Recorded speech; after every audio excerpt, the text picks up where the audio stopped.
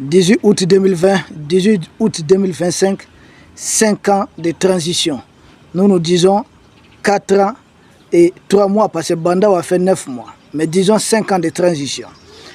Recevez nos salutations, peuple d'Afrique. L'heure du bilan. Oui, un premier bilan, un bilan partiel. Parce que nous venons d'ajouter 5 autres années au président Assimi Goïta. Pendant ce temps, nous avons vu les médias propagande de la junte macronienne nous parler d'une présidence à vie. Bon, ils peuvent appeler ça comme ils le veulent.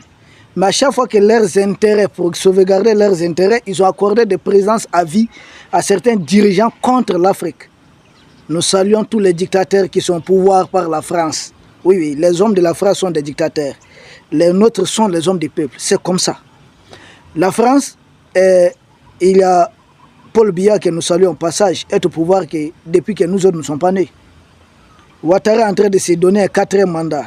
La jeune française ne parle pas d'une présidence à vie. Gnassingbé et Adema, de 68 jusqu'à 2005, il est mort au pouvoir. La jeune française n'a pas parlé de présidence à vie.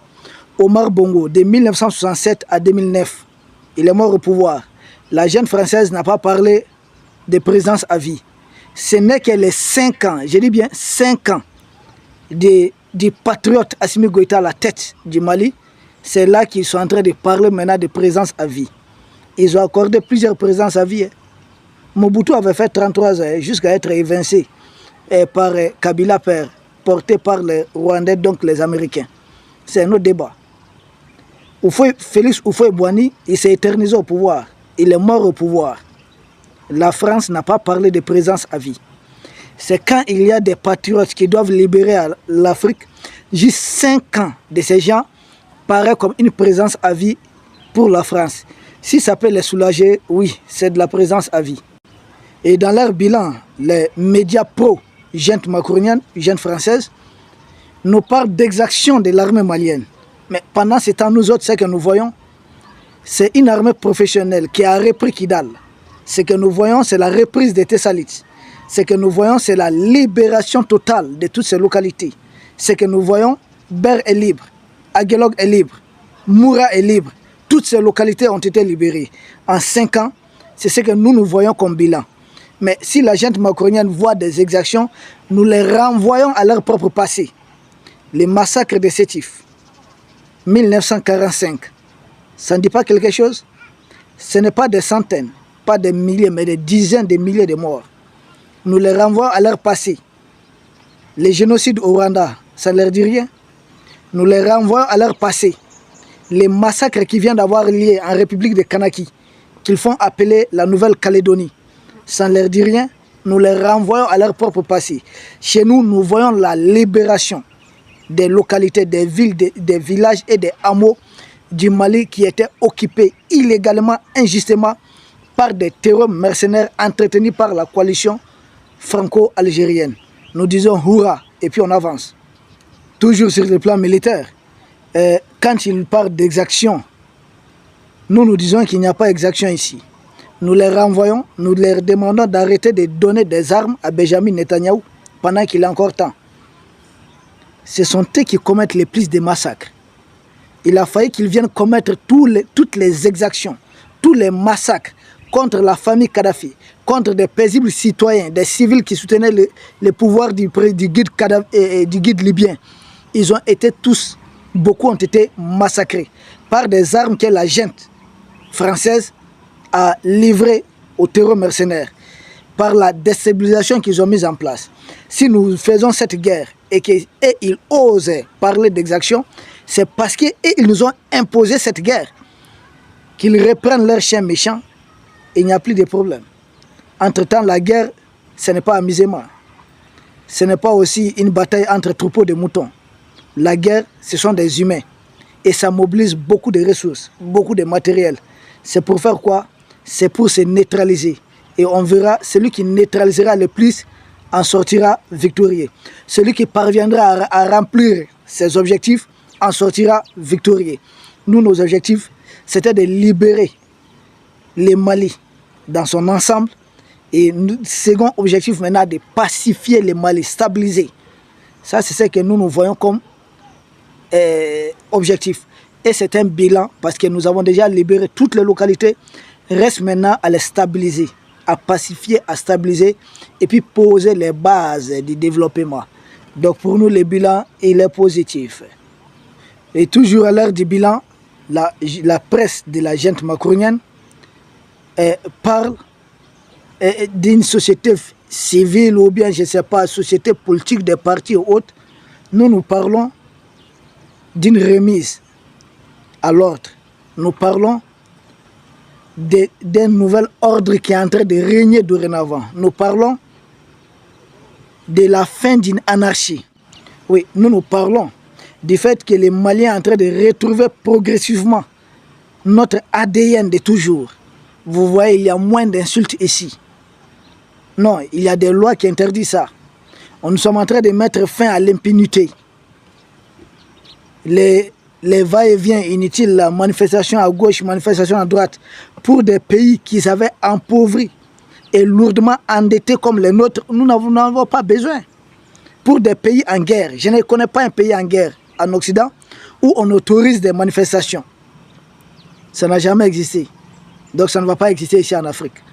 Il ne faut pas permettre les désordres pendant que le pays est concentré sur l'essentiel. Donc, chez nous, pas le brouhaha des mercenaires politiques. Nous avons mis fin à tout ça. Ça, c'est au moins encore un bilan positif.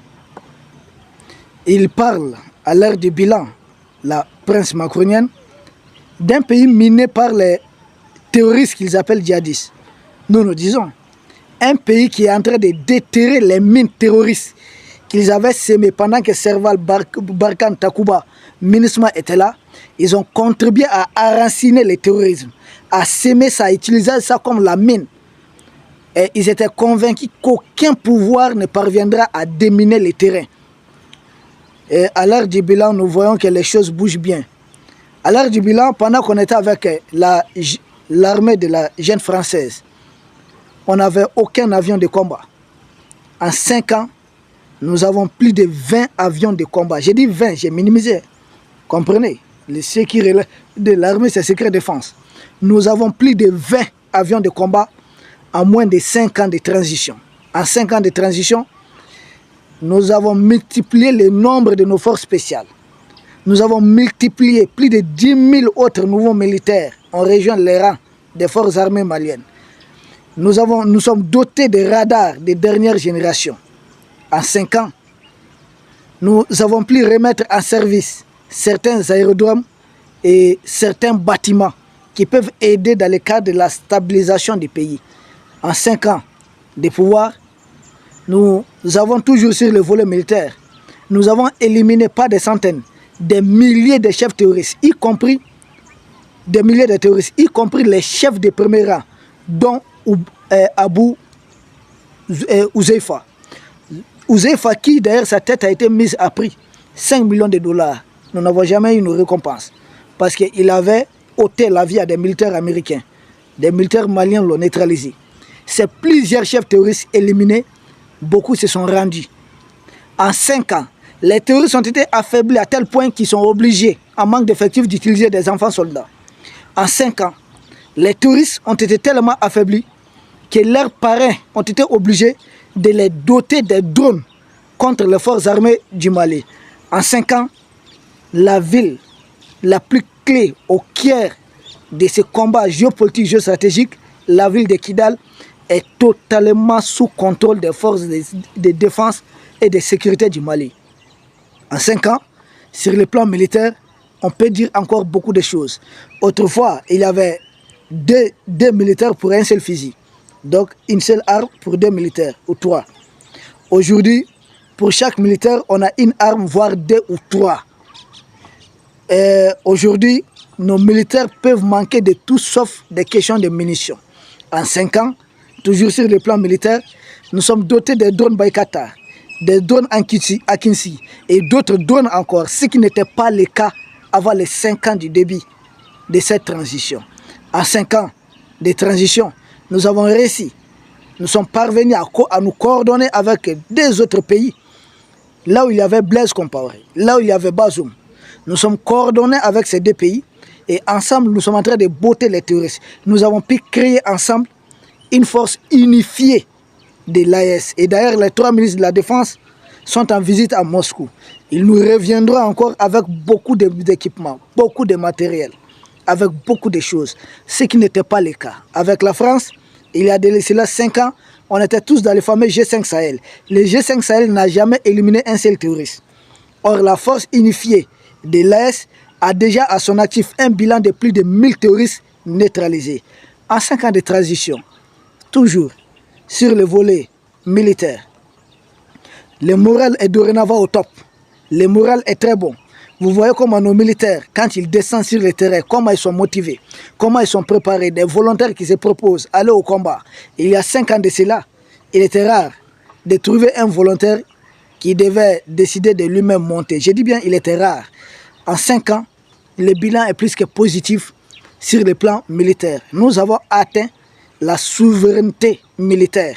Parce qu'en 5 ans, nous avons pu dégager toutes les armées impérialistes qui, soi-disant, étaient là pour nous aider à combattre les terroristes. Or, c'était des armées qui ont créé, qui entretiennent les terroristes. Donc, on les a boutés là-bas. Et puis, on nous avait fait croire que le ciel allait nous tomber sur la tête. Vous voyez le ciel? Il est tellement beau. Oui, en 5 ans, c'est la création d'une école de guerre. Ce qui n'a jamais été le cas dans l'histoire du Mali en tant que tel. Oui, en 5 ans, plus de 300 bases terroristes ont été détruites. En 5 ans, sur le plan militaire, on peut énumérer, nous pouvons continuer.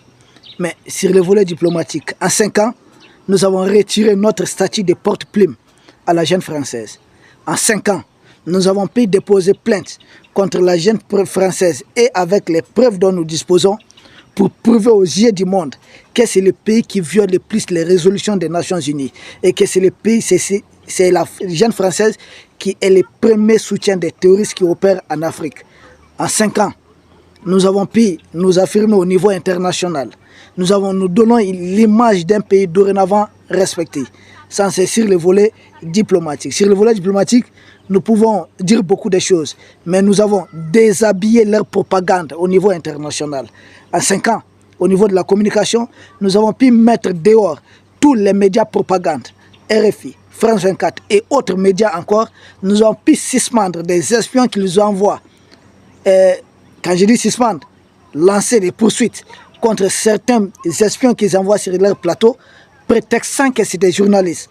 En 5 ans, sur le plan information-communication, nous sommes en train, nous-mêmes, d'être notre propre porte-parole, notre propre porte-voix.